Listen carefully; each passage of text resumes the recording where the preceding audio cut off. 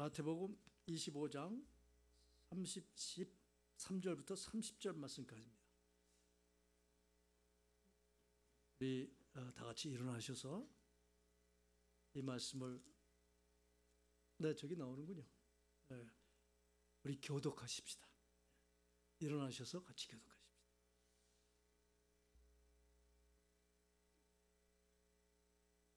30절 말씀은 우리 합독하겠습니다.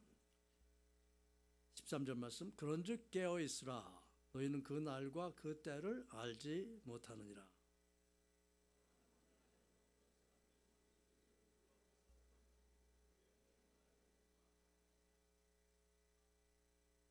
그는 종들의 능력에 따라 각각 5달란트, 2달란트, 1달란트를 주고는 여행을 떠났다.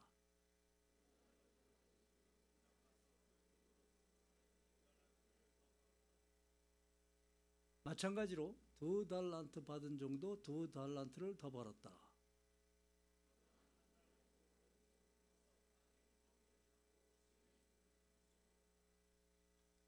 시간이 흘러 그 종들의 주인이 집으로 돌아와 종들과 결산하게 되었다.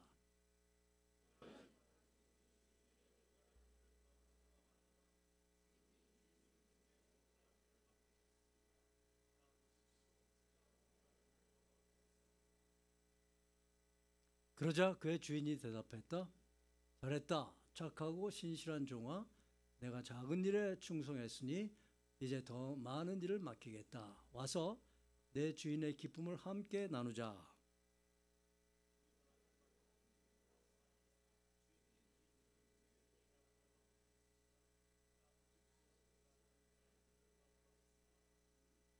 그의 주인이 대답했다. 잘했다. 착하고 신실한 종아, 내가 작은 일에 충성했으니 이제 더 많은 일을 맡기겠다. 와서 내 주인의 기쁨을 함께 나누자.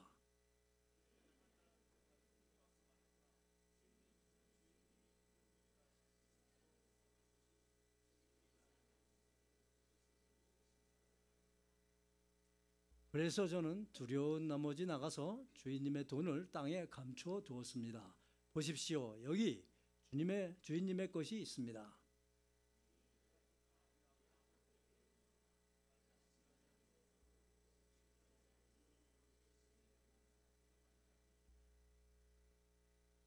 그렇다면 너는 내 돈을 돈놀이 하는 사람에게 맡겨야 했을 것 아니냐? 그랬다면 내가 돌아와서 그 돈에다가 이자라도 받았을 것이다.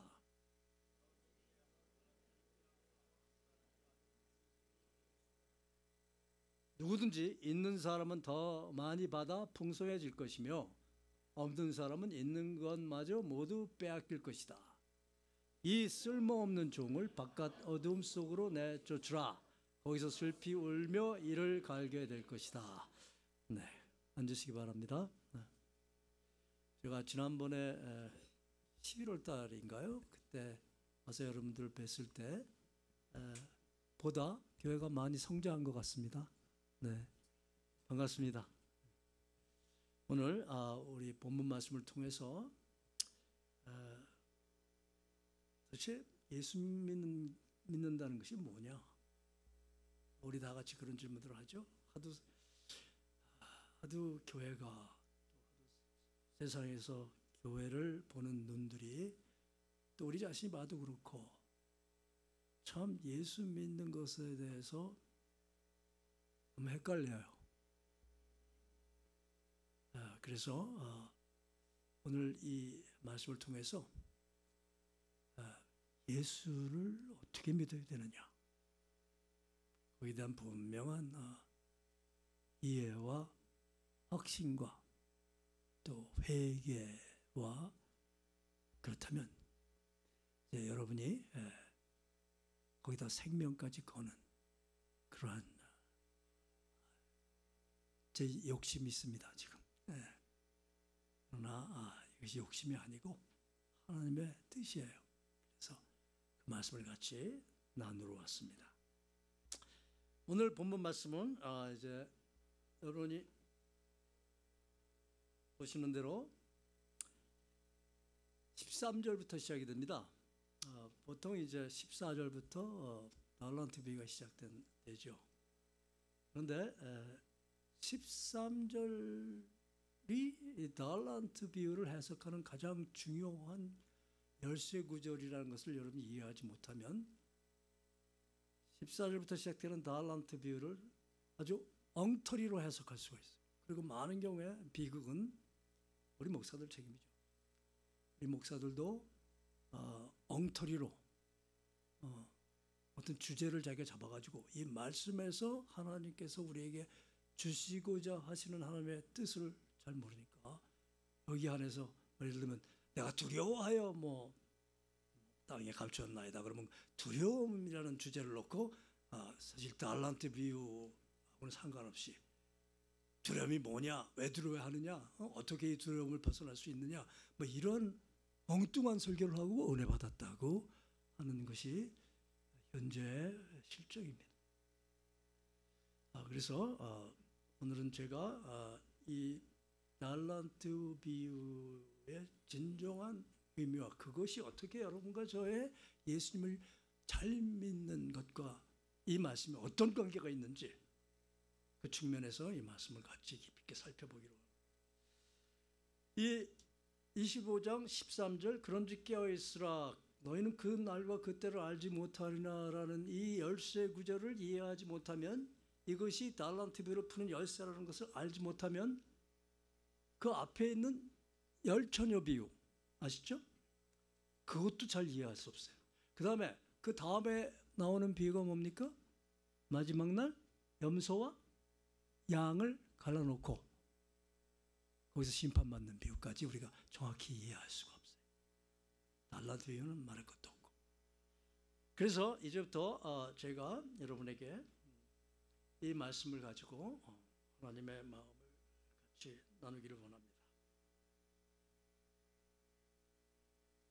깨어있으라라는 것에 대한 전통적인 생각이 있습니다.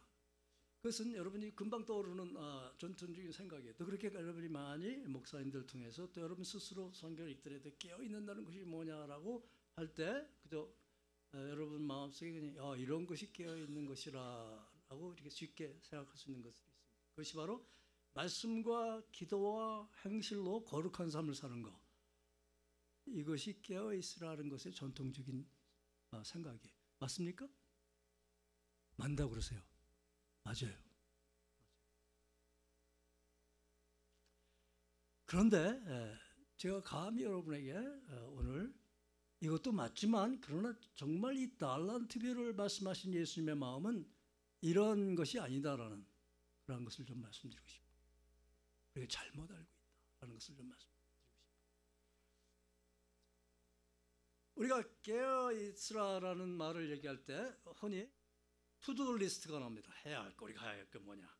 여러분 보신 대로 하나님을 사랑하고 예수를 사랑하는 가운데서 예배와 큐티를 열심히 하고 나눔과 구제를 열심히 하고 효도하고 가정을 잘 다스리고 교회를 섬기고 성도들을 돌보는 일에 열심을 내고 주님의 다시 오심을 기다리며 거룩하고 순결한 처녀와 같은 신앙을 유지 보존한 것이다. 잘 보이세요 저기? 네. 안 보이시면 제 목소리 들으면 됩니다. 이게 틀린 거 아닙니다. 이것도 깨어있으라는 것에 대한 일반적인 그러한 것의 한 부분이에요. 그러나 이것을 예수님께서 말씀하신 것이 아니다라는 것입니다. 이 해야 할 것이 있는 반면에 또 하지 말아야 할 것이 있습니다. 거짓말하지 말고 도적질하지 말고 음란하지 말고 술 취하지 말고 방탕하지 말고 돈과 권력과 명예, 즉 이 세상에서 가장 귀히 여기는 이 가치들을 추구하지 말라. 그럴 때 우리가 깨어 있게 된다.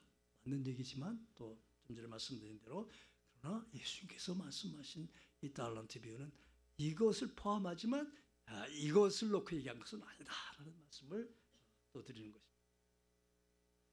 왜 그런 얘기를 하냐? 자, 그러면 이 말씀이 마태복음이라는 아주 사복음서 중에서도 가장 어떤 성령의 감동을 받아서 마태가 예수님의 삶을 마가처럼 그냥 이렇게 사건이 벌어진 대로 1, 2, 3, 4 해가지고 나중에 마가복음 16장까지 가는 그러한 전개가 아니에요. 마태복음은. 그럼 성경 공부를 하시는 분은 아시죠? 이 마태는 상당히 생각이 이성적이고 어떤 조직적이고 글을 쓸 줄 아는 사람이고, 그리고 자기가 쓴 글을 통해서 자기가 성령의 감동을 받아서 이 글을 읽는 사람들에게 100% 이들이 이 말씀으로 말미암아 이해가 되고 확신을 하고 변화를 받고 여기에 몸을 던질 수 있게 하는 그러한 의도를 가지고 이렇게 크로놀로지컬하게 쓴 게 아니에요. 이제 나중에 그것은 여러분이 실제로 마태복음을 공부하시면서 관련 서적을 읽어보시면 자세히 나와 있습니다.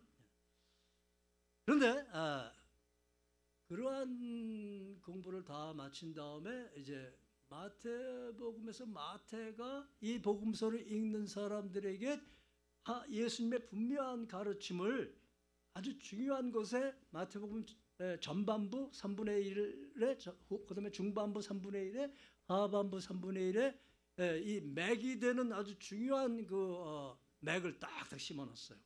그게 뭐냐면 여러분이 지금 보신 대로 주기도문 나라의 마음이며 뜻이 하늘에서 이루어진 것 같이 땅에서도 이루어지고, 이제 이것이 마태복음을 쓴 목적이란 얘기죠. 주기도문이에요. 그러나 이것은 주기도문이지만 사실은 예수님의 기도 제목이에요. 예수님이 우리에게 자기를 따르는 제자들에게 너희는 이렇게 기도해 달라라고 부탁하신 예수님의 기도 제목이에요. 제일 먼저 나오는 기도 제목이 바로 이거예요. 나라의 임하옵시며, 물론 이름이 거룩히 여김을 받으시오며 같은 맥락이지만 그렇게 되면 반드시 하나님의 나라가 하늘에서 이루어졌는데 지금 이 땅은 하나님의 나라가 이루어졌다는 얘기예요? 안 이루어졌다는 얘기예요? 안 이루어졌다는 얘기. 그러니까 하나님의 나라가 하늘에서 이룬 것 같이 이 땅에서도 이루어지게 해달라. 그래서 마태복음의 주제는 하나님의 나라입니다. 하나님의 나라예요. Kingdom of God.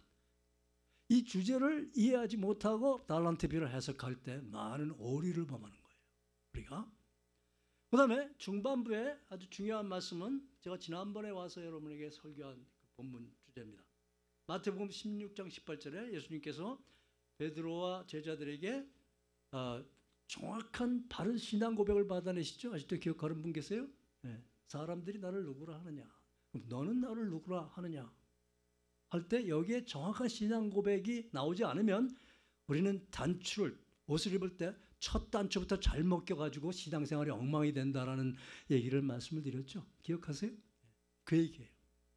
그러면서 이제 내가 이 반석은 신앙 고백입니다. 주는 그리스도시요 살아계신 하나님의 아들이시니다 라는 그 신앙 고백 위에 내 교회를 세우리니, 이게 하나님의 나라예요. 하나님의 나라를 세울 것이다. 하늘에 있는 하나님의 나라가 이 땅에 이루어지는데 그 이 땅에 이루어지는 그 지게 하는 그 매체가 뭐냐면 교회다 이거예요. 그래서 내 교회를 세우리니 이 교회는 음부의 권세를 압도하는 교회가 될 것이다. 이게 이제 마태복음의 주제예요. 하나님의 나라.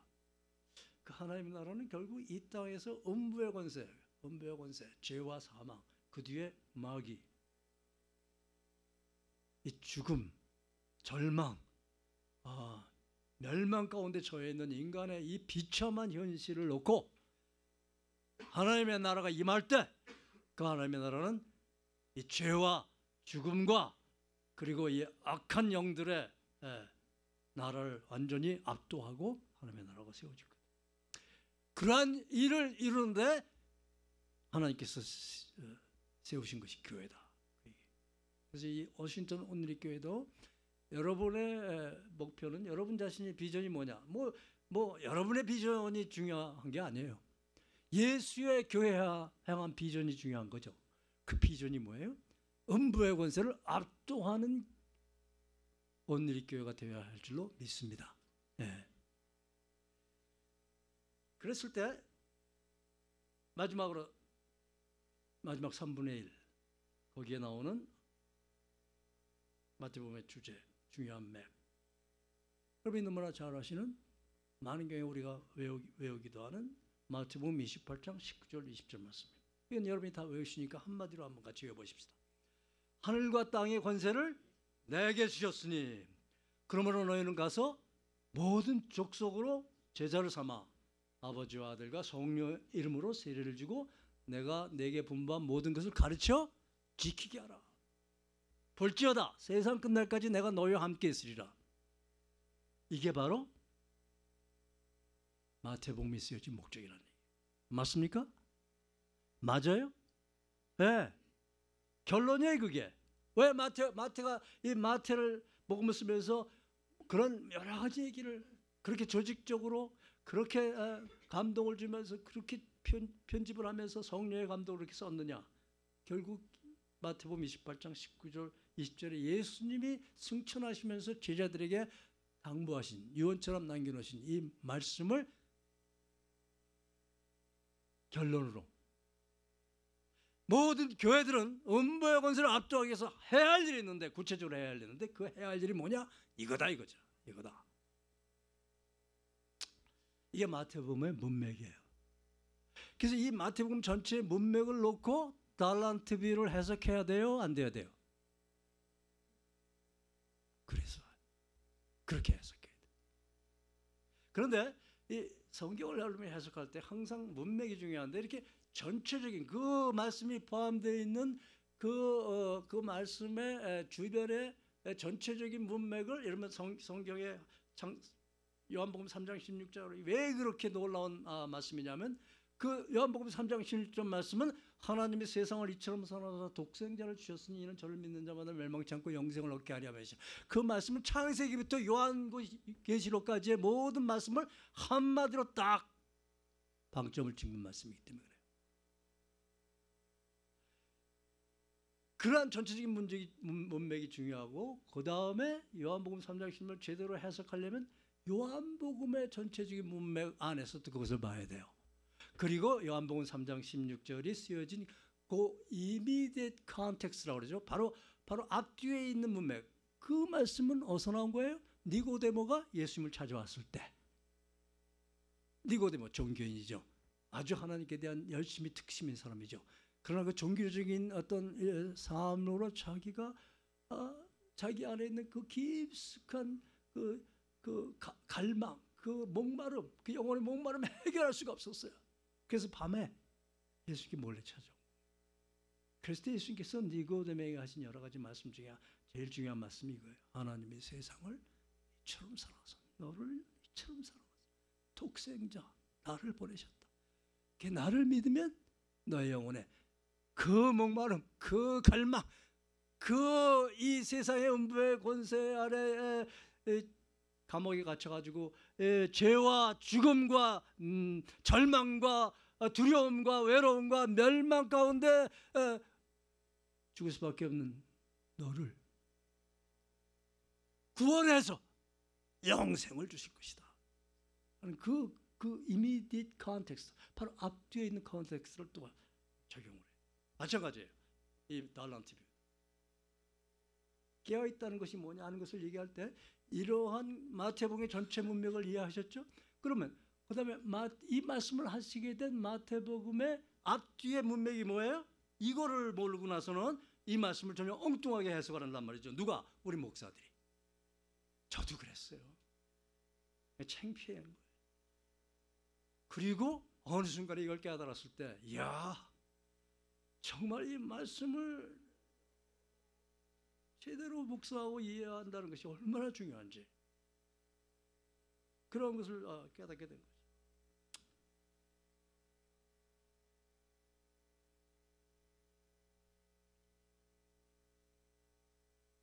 이건 제가 여러분들에게 설명을 드린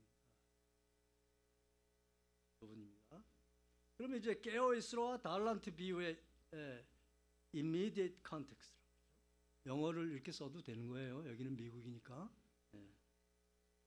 한국 가서 이런 얘기하면 안 됩니다. 한국이 그렇게 됐어요. 자, 우리 한번 같이 읽으십시다. 시작.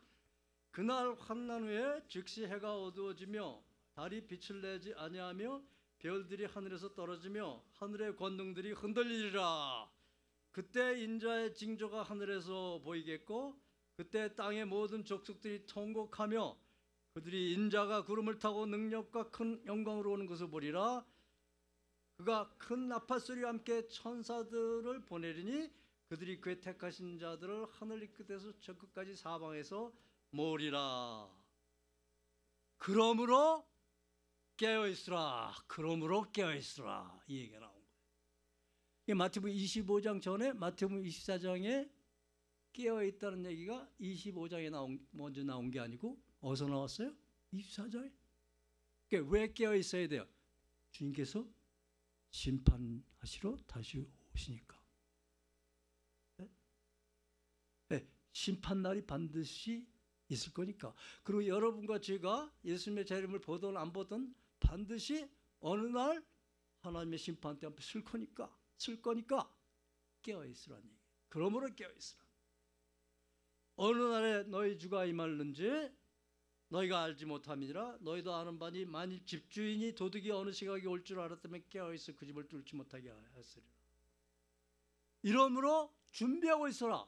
굉장히 중요한 말씀입니다. 즉 깨어있는 것이 뭐냐라는 것을 해석할 때 바로 이러므로 준비하고 있으라라는 것을 우리가 이해하지 못하면 엉뚱한 해석을 하는 거예요. 예를 들면 조금 전에 말씀드린 전통적인 생각을 하는 거예요. 이러므로 준비하고 있으라. 뭘 준비하라는 얘기예요? 생각하지 않을 때 인자가 오는데 뭘 준비해요? 충성되고 지혜 있는 종이 되어. 같이 읽으십시다. 시작. 충성되고 지혜 있는 종이 되어 주인에게 그 집사람을 따라 양식을 나눠줄 자가 누구냐. 주인이 올 때 그 종이 이렇게 하는 것을 보면 그 종에게 복이 있어요. 깨어있으라는 얘기가 뭐예요? 네? 마태복음 전체 문맥을 놓고 봤죠. 그다음에 마태복음의 immediate context를 놓고 문맥을 놓고 앞뒤에 있는 그 말씀의 흐름을 놓고 깨어있는다는 것이 무슨 뜻이에요? 정리를 좀 해볼게요. 즉 깨어있는 것은 뭐 하는 거예요? 준비하는 거예요. 준비하는 것은 뭐예요? 맡고 있는 주인의 집사람들, 주인은 누구예요? 예수님의 집사람들, 즉 예수 믿는 양무리들에게. 쉽게 말하면 교회 성도들에게. 때를 따라 뭘 나눠주는 거예요? 무슨 양식? 하나님의 생명의 양식을 나눠주는 게 뭐예요? 준비하는 거고 그게 뭐예요? 깨어있는 거. 그래서 인자가 와서 자기 종들이 이런 일을 하는 것을 보면은 뭐예요? 칭찬하시는 거예요. 신앙생활이 뭐냐? 어떻게 예수를 믿는 것이 잘 믿는 것이냐? 라는 것에 대한 답을 하는 거예요. 답을 해주시는 거예요. 자, 그러면 이것을 놓고 제가 좀 정리를 더 하겠습니다.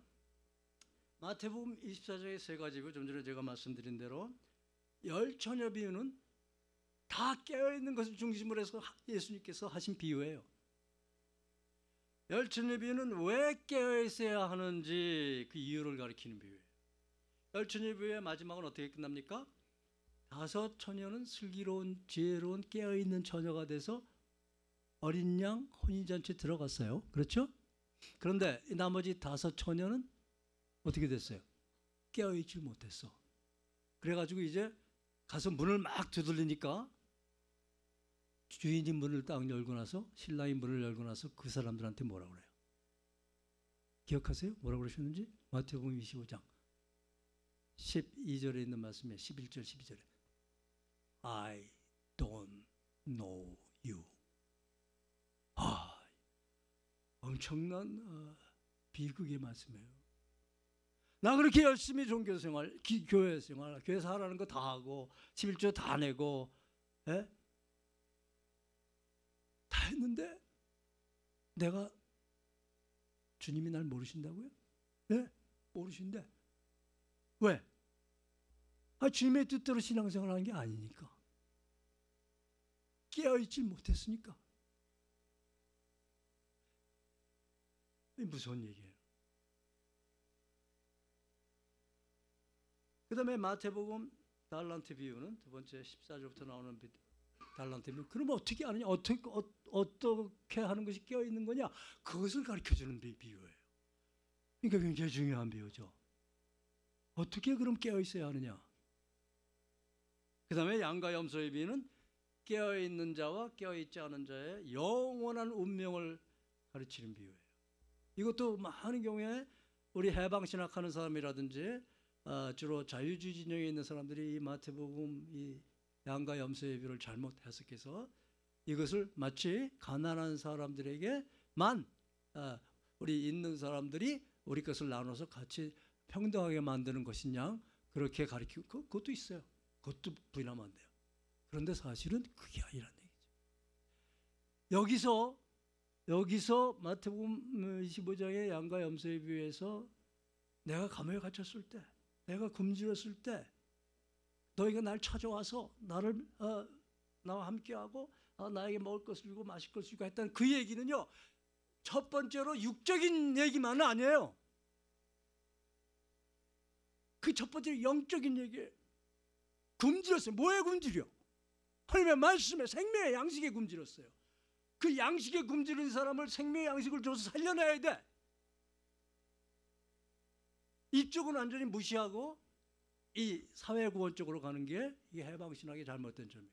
여러분이 예수님 믿으시면 이런 것까지 좀 해방신학하는 사람들 또 자유주의 신학에 빠진 사람들하고 디베이트를 하실 수 있어야 돼요. 적어도 여러분이 워싱턴 DC에 사시면. 네? 그런 부분이 없잖아 있지만 그래야만 의로운 사람이 되는 거예요? 아니요. 우리는 그렇게 해서 의롭게 될 수가 없어요. 우리는 요한복음 3장 16절 때문에 이렇게 되는 거예요. 네?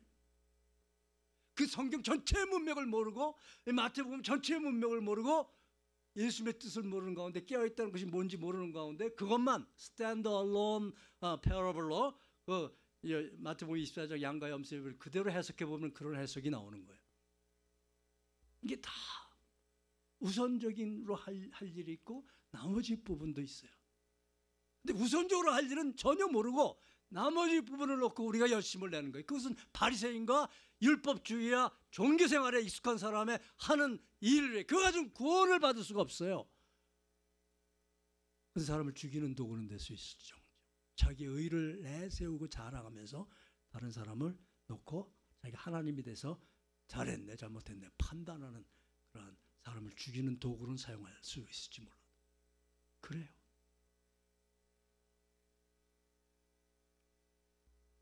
그래서 이제 달란트 비유로 들어갑니다. 자, 여러분 잘 안 보이시죠? 제가 읽어드릴게요. 그래서 이 달란트의 의미는 뭐냐면요. 달란트 비유의 의미는 이제 이러한 것을 전제로 해서 신앙생활을 수동적으로 하는 것만이 아니고 신앙생활을 방어적으로 하는 것만이 아니고 적극적이고 공격적으로 해야 된다. 그럼 그게 무슨 뜻이냐? 자, 보세요. 한 달란트 받았던 자가 와서 이르되 주인이여 당신은 굳은 사람이라 심지 않은 데서 거두고 해치지 않은 데서 모으는 줄을 내가 알았으므로. 이건 무슨 얘기냐면 그냥 가만히 있어도 가만히 있고 그냥 주님이 다 하시는 거 아니에요?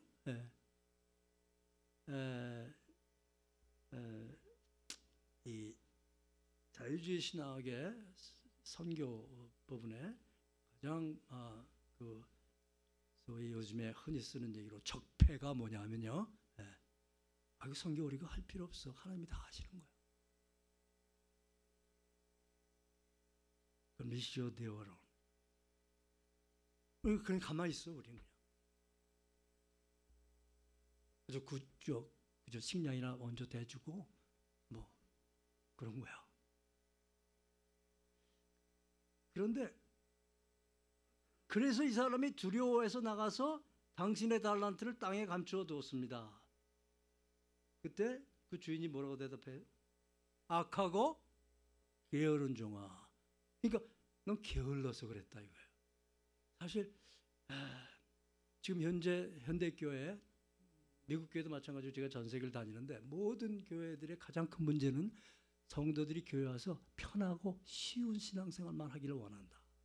그게 가장 큰 문제. 근데 그거는 게으름의 신앙이에요. 네. 전통적인 그 깨어 있는 것처럼 그렇게 열심히 하라 말입니까? 그 얘기 아니에요. 그 얘기 아니에요.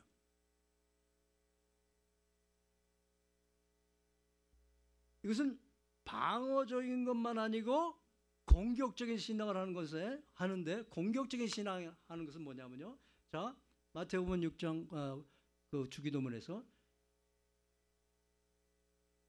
나라의 임하옵시고 뜻이 하늘에서 이룬 것 같이 이 땅에서 이루어지이다. 이게 뭐냐면 하나님의 나라가 이 지상에 공격형 거예요. 공격. 내가 이 반석 위에 내 교회를 세우리니 음부의 권세를 압도하리라. 그런 뜻이에요. 음부의 권세가 이기지 못하리라, 그 뜻이에요. 음부의 권세를 압도한다는 얘기는 우리가 그냥 음부의 권세가 교회에 쳐들어와 막 들어와서 교회를 분란시키고 뭐 죄를 짓게 하고 그런 것을 보고 아이고 어떡합니까? 이러는 게 우리의 신앙생활의 올바른 방향이 아니고, 우리는 세상을 향해서 하나님의 나라를 심기 위해서 공격적으로 나가는 거예요. 공격적으로. 뭘? 복음을 전파하는 걸 얘기해요. 그게 바로 마태복음 28장 19절 20절 말씀. 그러므로 너희는 가서, 왜 앉아 있어요? 교회가 왜 앉아서 우리끼리 서로 나는 기뻐요, 넌 정말 기뻐요, 때로는 우리에게 뭐 고통과 아픔 있지만 어떻게 하면 너희는 택하신 족속이요, 그 뜻이 무엇인지도 모르고 그렇게 와서 교회에서 받은 상처와 모든 것을 그 치료하는 치료 장소로만 그 부분도 교회가 감당해야 되지만, 그러나 그것보다 더 중요한 것은 나가서 이 음부의 족쇄에 잡혀있는 이 세상을 주의 복음으로 해방시키는 거란 말이에요. 너희는 가서 모든 족속으로 제자를 삼아. 바로 그게 공격적인 신앙이라는 얘기예요. 앉아가지고 주님 내일 오신대. 그게 뭐요? 그래서 여기서 밤새 찬송하면서 기다려. 그걸 원하시는 게 아니고 내일 오시니까 지금 나가서 전파하라. 지금 나가서 전파하라. 그 뜻이에요. 제가 왜 이렇게 흥분하는지 모르겠어요. 여러분이 반응이 좋아서 그런 거예요. 그래서 달란트 비유의 큰 의미는 뭐냐면요, 한 달란트는 한 영혼을 얘기해요. 이거를 가리킨 거예요. 한 영혼이 얼마나 귀중한 것인가를 얘기하는 거예요. 그래서 사실 달란트 비유의 가장 주인공은 누구냐면 한 달란트 가진 사람이 가장 주인공이에요. 5달란트, 2달란트 가진 사람이 주인공이 아니죠. 그렇죠. 한 달란트 가진 사람이. 근데 한 달란트 가진 사람이 자기가 그 한 달란트를 그냥 땅에 묻힌 가장 중요한 이유는 비교였어요. 비교. 왜 저 사람은 5달란트 받았어? 저 사람 2달란트. 저 사람 목사야. 저 사람은 선교사야. 저 사람 전도사야. 저 사람 장로야. 나는 아무것도 안 해도 돼. 어디 성경에 그런 얘기 있어요? 어디 성경에 그런 얘기 있어요? 한 달란트가 얼마나 큰 돈인지 아세요? 한 달란트는 6,000데나리온이에요. 한 데나리온은 하루 동안 아침부터 저녁까지 열심히 일해야 한 데나리온 벌어요. 그럼 6,000데나리온을 계산해보니까 한 20년 그렇게 해야 모을 수 있는, 먹지 않고 자지 않고 모아야 생기는 돈이 한 달란트. 우리 전생의 얘기예요. 우리의 whole life를 얘기한단 말이에요. 그게 어떻게 작은 거예요? 여러분 평신도인데 여러분이 하루에 한 달란트 주셨어요. 나 한 달란트 받았으니까 난 작은 사람이야. 그러니까 나 안 해도 돼. 저 5달란트, 2달란트 받은 사람이야. 여러분 여기 한 30-40명 계신데 여러분이 다 한 달란트 받으시고 또 여기 목사님들 2달란트, 또 뭐 좀 크게 받으면 5달란트. 근데 목사나 전도사님들은 얼마 안 되잖아요. 그러면 그분들이 가진 달란트와 여러분들 나머지 분들이 가진 달란트 비교해 보면 상대가 돼야 안 돼. 게임이 돼야 안 돼요. 근데 이 사람들은 나는 한 달란트 받았으니까 안 해. 그러면 결국 이 목사나 전도사 이 두 분만 가서 장사해서 남긴 돈이 아무리 많아도 여러분들이 가만히 있으면 이게 돼요, 안 돼요? 될 수가 없는 거예요. 그럼 우리는 이 사단의 거짓말에 너무나 속아 있어요. 뭐에 속아 있어요? 교회 성장. 무리를 상대로 해서 교회를 하라. 무리. 이제 교회 사람들이 많이 오기만 하면 돼. 그럼 무슨 뭔가 일어나는 것 같아. 그게 한국 교회를 망쳤어요. 여러분 아시죠? 아직도 그 허상의 그 신기루에 목을 메고 다는 목을 메고 서는 그러한 성도들이 얼마나 많죠. 나는 가만히 있으면서 그러고 깨어 있대. 왜? 교회 나가니까. 또 교회에서 목사님이 시키는 일 잘하니까. 그런데 비극은 I don't know you 하실 거란 말이에요. 많은 영혼에 욕심내지 말고 한 영혼을 소중히 여기라는 그러한 가르침이에요. 달란트입니다.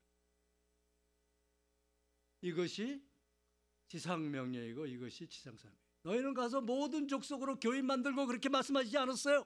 너희는 가서 모든 족속으로 뭘 만들어요? 제자를 만들고. 제자는 뭐 하는 사람들이에요? 예수님께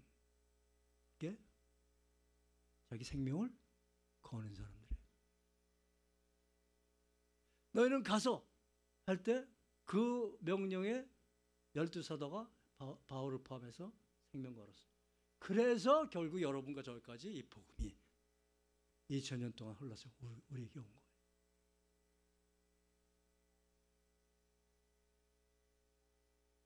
이 사명에 적극적이고 공격적으로 사는 것이 깨어있으라라는 주님의 뜻에 온전히 순종하는 삶. 조금 전에 말씀드린 대로 한 달란트이면 한 영혼을 얘기하는데 누가복음 15장 1절에서 7절을 잘 아는 말씀이시죠? 모든 세리와 죄인들이 이 말씀을 들으러 가까이 나오니 바리새인과 서기관들이 수군거려 이르되 이 사람이 죄인을 영접하고 음식을 같이 먹는다 하더라. 이 하나님께 대한 열심이 특심인 사람들이에요. 그 자기가 하나님이 돼서 하나님이신 예수님을 지금 판단하고 있는 거예요. 그때 예수님께서 이 하나님에 대해서 잘못 알고 있는 바리새인들과 이 서기관들과 종교인들에게 비유로 말씀하십니다. 너희 중에 어떤 사람이 양이 100마리가 있는데 그 중에 하나를 잃으면 99마리를 덜에 두고 그 잃은 것을 찾아내기까지 찾아다니지 아니하겠다. 또 찾아낸 즉 즐거웠게 메고 집에 와서 그 벗과 이웃을 불러 모으고 말하되 나와 함께 즐기자. 나의 잃은 양을 찾아내었노라 하리라.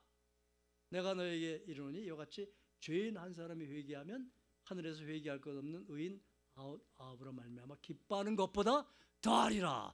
우리가 천하의 한 영혼보다 귀한 것이 없다라는 얘기를 늘 하지만 다 헛소리들 하는 거예요. 그 알면 뭐예요? 거기에 생명을 안 거는데. 그리고 나는 계속해서 한 달란트뿐이야. 받지 못한 그러한 평신도야. 그런 교인이야. 나하고는 상관없어. 그게 아니라 우리가 다 뭘로 부름을 받았어요? 요한복음 21장 여러분 잘 아시죠? 예수님께서 마지막으로 제자들 디베레 바닷가에 나타났을 때 제자들에게 마지막으로 하신 말씀이 뭐예요? 네가 날 사랑하냐? 그랬죠. 그랬을 때 사랑한다고 그랬어요. 그러니까 뭐 하라고 그랬어요? 우리 보고 내 양을 어린 양을 먹이라. 여러분 예수님 사랑하세요? 그럼 어린 양 먹이세요 지금? 그걸 얘기하라. 우리가 완전하게 살라 하는 얘기 아니에요. 깨어있으라는 얘기는 완전하게 살 수 없어요. 컵에 더러운 공기가 가득 차 있을 때, 미세먼지가 가득 차 있을 때 그 미세먼지가 가득 찬 컵을 완전히 깨끗하게 할 수 있는 방법은 그 미세먼지를 털어내려고 아무리 애써봐야 털어집니까? 안 털어져요. 뭘 집어넣으면 돼요? 깨끗한 물을. 공격적이라는 얘기. 내가 한 영혼을 사랑해서 그 영혼에게 때를 따라 하나님께서 맡기신 나의 영혼들에게 뭘 줘요? 먹을 양식을 주게 되면 내가 살아요. 내가 깨어있어요. 또 그 사람도 살고. 그게 제자의 도예요. 그러면 나의 섬김을 통해서 살아난 그 사람이 또 자기가 그렇게 살림을 받았으니까 다른 사람에게 가서 그 얘기를 하는 거예요. 그래서 이 달란트 비유가 이런 거예요. 결론 부분으로 넘어갑니다.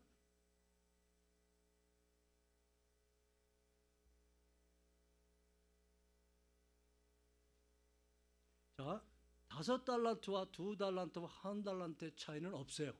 이게 그 뜻이에요. 예? 그거 없어요? 없어요. 어떻게 알아요? 자, 주님이 칭찬하셨을 때 5달란트 받은 자와 2달란트 받은 자를 서로 차이가 나게 칭찬하셨어요? 아니요. 똑같이 칭찬하셨어요. 그럼 1달란트 받은 사람이 제대로 1달란트를 남겼다면 그 칭찬은 똑같아요. 차이가 없는 거예요. 아니, 하나님이 얼마나 광대하고 크신 분인데 숫자에 이렇게 임프레스 받으시겠어요? 얼마나 많이 많냐? 네 교회가 얼마나 크냐? 네 교회가 얼마나 무리들이 구름같이 많냐? 거기에 하나님께서 임프레스 받으시겠어요? 아니요. 하나님이 사랑이시기 때문에 그 사랑은 반드시 한 사람 한 사람에게 쏟아지게 돼 있어요. 아, 내가 뭐 한 50명을 동일한 사랑으로 사랑할 수 있어. 천만에요. 우린 그렇게 할 수 없어요. 그래서 하나님께서 우리를 자기의 자녀로 삼으신 거예요. 뭐 하라고? 하나님의 사랑을 이와 같이 한 사람 한 사람에게 쏟아놓으라고. 그 여러분 가운데 제가 이 말씀 드리면 이런 생각을 하십니다. 아유, 어렵습니다, 목사님. 아유, 나한테 이 종교적인 신앙생활에 짐이 얼마나 많은데 거기다가 또 한 영혼까지 사랑하라고요? 아유, 아니에요. 그거 아니에요. 오히려 이것은 여러분을 자유하게 하는 거예요. 제가 목사님들 주로 세미나를 합니다. 목사님들이 이 말씀을 전할 때 2가지 반응이에요. 한 부류에부터는 아유, 내가 지금 기존에 벌려는 목회에 이걸 더 해야 되라고요? 하는 이러한 반응을 보이시는 분들이 계세요. 근데 어떤 분들은요, 목사님, 자유를 얻었습니다. 아, 그럼 나는 이제 이 많은 무리를 상대해서 목회를 하는 것보다 한 사람만 섬기면 되겠네요. 예. 예. 이게 얼마나 자유로워요. 예. 그게 참 자유로워요. 아, 그리고 어느 천년의 교회가 부흥을 합니까? 교회 부흥이 숫자 노름이 하나님의 뜻이 아니에요. 하나님의 뜻은 하나님의 뜻이 하늘에서 이룬 것 같이 이 땅에서 이루어지는 게 하나님의 뜻이에요. 큰 교회, 메가처치를 하나님께서 이 땅에 까는 게 하나님의 뜻이 아니에요. 한 사람이라도 제대로 하나님을 사랑하고 그 사랑을 받은 사람이 한 사람을 하나님의 사랑으로 녹여내는 거, 이게 하나님의 뜻이에요. 천국은 그런 사람들이 가는데, 그래서 여러분에게 부담을 가지시면 안 돼요. 그럼 어떻게 이러한 것을 이룰 수 있습니까? 그래서 이제 여러분께 저희가 개발한 교재가 만나며 사랑하며라는 교재입니다. 들어보신 적 있어요? 우리 교회에 우리 선교사님께서 세미나에 오셔서 듣고 이제 앞으로 교회기 목회기 어떠실지 모르지만 여러분에게 이제 그 교재를 소개하시게 되면 여러분이 그 교재 가지고 한 사람을 찾아가면 돼요. 그 교재에 시키는 대로 하면 돼요. 그럼 다른 일은 신경 안 써도 됩니까? 네. 왜냐하면 그걸 하게 되면요, 여러분의 신앙이 그냥 쉐입업 돼요. 뚱뚱했던 사람이 짐에 가서 열심히 운동하면 아주 멋있게 식스팩이 나오고 그러죠. 이게 그런 거예요. 그러니까 이것은 한 사람을 제자 삼으면서 누가 더 큰 복을 누리는 경우에 주는 자가 더 큰 복을 누리는 경우. 그래서 여러분들이 그것을 하실 수 있게 되기를 주의 이름으로 축원합니다. 기도하겠습니다.